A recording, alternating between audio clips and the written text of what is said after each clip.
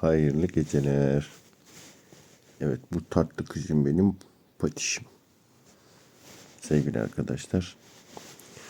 Evet, çarpıntı, özellikle kalp çarpıntısı ve pıhtı tehlikesine karşı özellikle aşı olanlara sesleniyorum. Alın böyle bir tane kedi.